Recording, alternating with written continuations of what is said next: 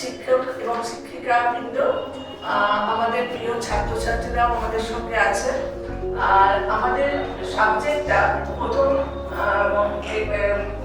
করা হয়েছিল ইউনিভার্সিটিতে 1964-এ অ্যাজ এ অনার্স সাবজেক্ট হিসাবে ইউনিভার্সিটিতে এটা স্থান পেয়েছিল এবং 2017 সালে আমরা ফার্স্ট সিবিসিএস সিস্টেম এখানে চালু করি এবং বর্তমানে এনইপি সিস্টেমে এখানে চালু করা হয়েছে।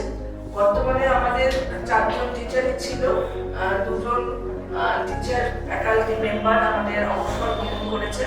আমাদের সিনিয়র মেম্বার এখন আছেন ডক্টর শুক্লা ঘোষ, উনি গানও করেন, খুব ভালো গান করেন, রেডিও আর্টিস্ট।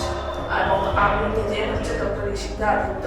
এবং আমাদের এই কলেজের স্টুডেন্ট ছিল সায়ন দেব আর দেব কুমার বিশ্বাস। ওরা কিন্তু এখন আমাদের কলেজে পড়াচ্ছিল, আমাদের স্টুডেন্ট ছিল। ওরা দুজনে নেট কোয়ালিফাই করেছে এবং সায়ন টেটও পাস করেছে, এসএসসি পরীক্ষায় পাস করেছে, ইন্টারভিউ পেয়েছে।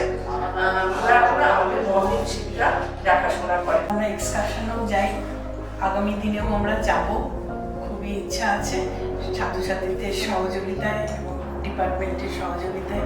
ডিপার্টমেন্ট খুব আনন্দময় হয়ে উঠবে।